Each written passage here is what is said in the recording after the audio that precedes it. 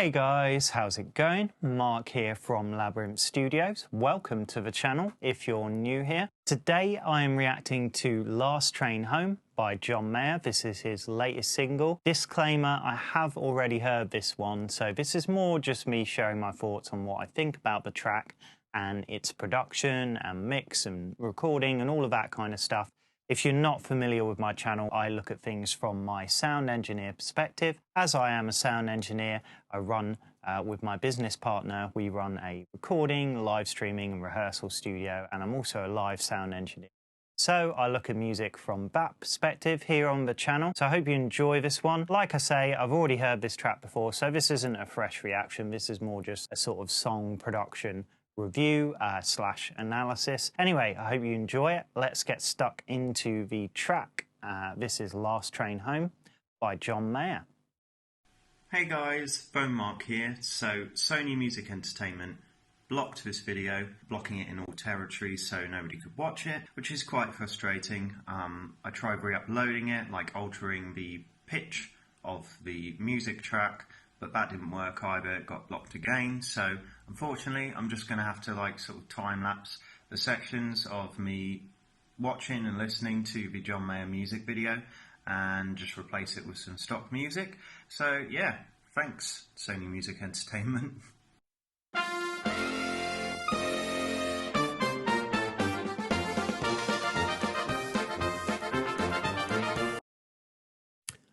Okay, first stop. Yeah, I love the production vibe on this song. It's very 80s influence. Obviously, I'm sure most people can pick up on that.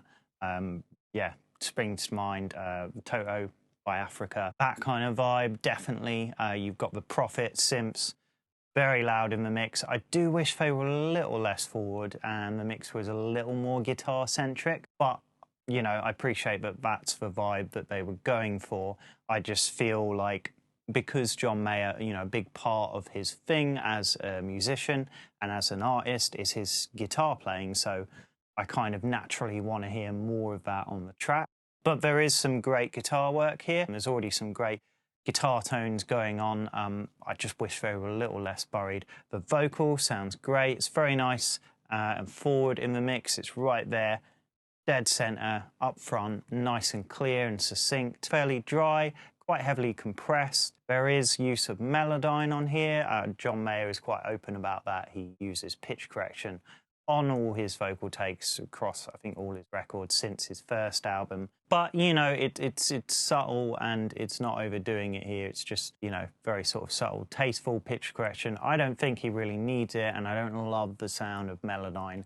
I can always hear it. You know, I'd rather it not be there, but also I can respect the choice of using it. And again, if you're going for that really sort of slick pop production kind of sound, which is particularly suited to this song's production, I can understand wanting to go for that kind of vocal sound, because it is a sound. It's not just about the pitch correction. It's also about what it does to the vocal tonally. That has actually become a sort of production style with vocal production these days in modern productions. I love the hand percussion in the track. I don't love the way the snare sounds in the track.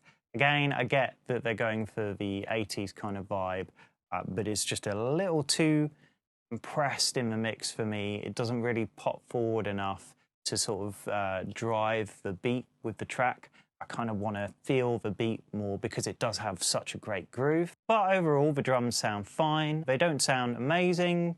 They're fairly unremarkable in the way they have been produced. The playing's great, of course, but yeah, but I don't love the production on the drums. Overall, the production for me is good, it's great. There's nothing bad about it, but it's fairly unremarkable, even taking into account the fact that they're going for this 80s kind of vibe.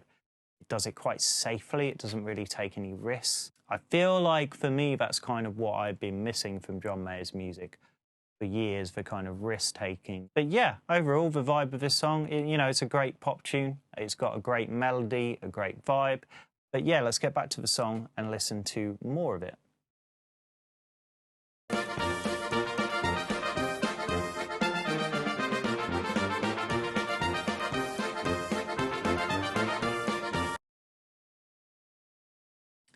I like that little backing vocal slash guitar kind of bit that came in just a moment ago. It is like a mix of, it sounds like guitars playing that note, probably layered, along with him in a kind of falsetto range, singing that note.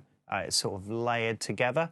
It's quite nice, creates quite a unique sound. The emphasis that the track has when the chorus comes in, it hits really nicely. It's just such a feel-good tune. It does kind of make you want to bop your head and, you know, just have a little groove. It's, yeah, kind of one of those songs that you would dance alone to in your living room, doing whatever you're doing, I guess, doing some house cleaning or something. I don't know. It's just a good, feel-good kind of summery kind of vibe song. I really like that about it.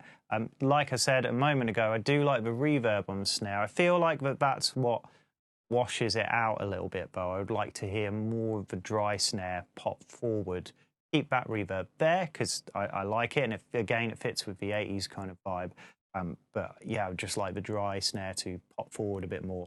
The bass tone is nice and clean, a little bit of grit there, a nice sort of mid-focus going on, helps some of those notes pop through nicely, but the bass is definitely taking a back seat here in the track. It's not, you know, driving any of the melody or anything. It's very much a rhythm section element, just bedding out the low end in the track nicely. Yeah, not much more to say. Let's get back to the track, but yeah, I do really love the vibe of this song. It's just a great pop tune.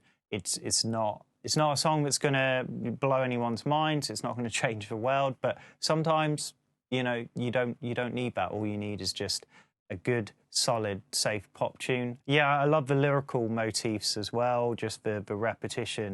Yeah, it's great. Let's get back to the track.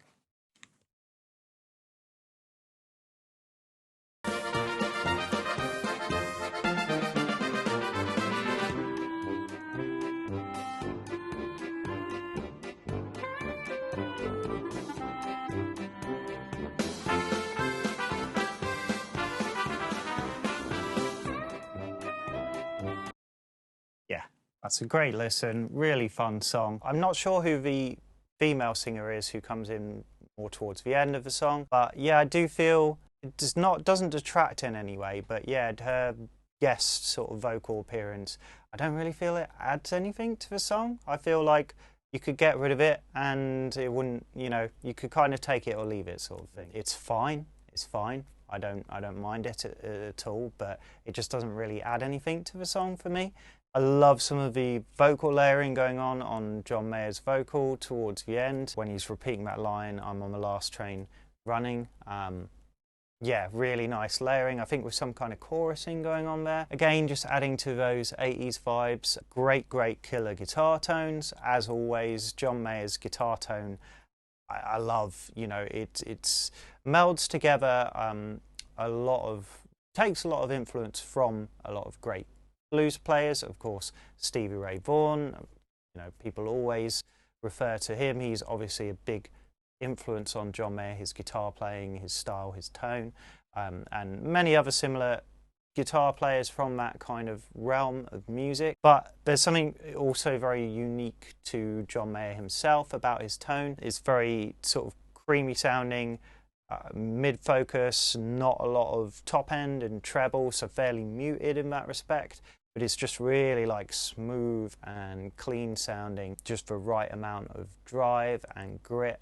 And yeah, there's some nice bits of chorusing going on with some of those little lead licks as well. Just really great tone, which, you know, is to be expected from John Mayer. Yeah, I really enjoy this tune. It's the first tune I've heard from him in a long while that kind of caught my attention. I must admit, I maybe have not made enough effort to delve properly into his more recent releases. So, you know, any of you John Mayer fans out there watching this, let me know if there's anything you think I would enjoy, particularly as someone who is a fan of Battle Studies. I love that album, Continuum. Two great albums. His first two albums as well are great. And the John Mayer Trio stuff as well. I love those. The two main live albums they did, particularly Where the Light Is. I mean, that whole concert is just incredible. Anyway, I hope you guys enjoyed this reaction / song production analysis, whatever you want to call it. Yeah, I just hope you enjoyed me sharing my thoughts on the tune. And yeah, I will see you guys again in the next one. Let me know if there's anything else you would like me to cover, particularly stuff you think I might have not heard before. I'm always up for discovering and listening to new music and sharing my reactions to it. Anyway, hit the like button if you enjoyed the video. If you didn't, that's fine. You can hit the dislike as well, or just don't hit anything at all. Whatever you want to do. Hit the subscribe button as well if you would like to stay up to date with the latest videos I'm putting out. I'll see you next time.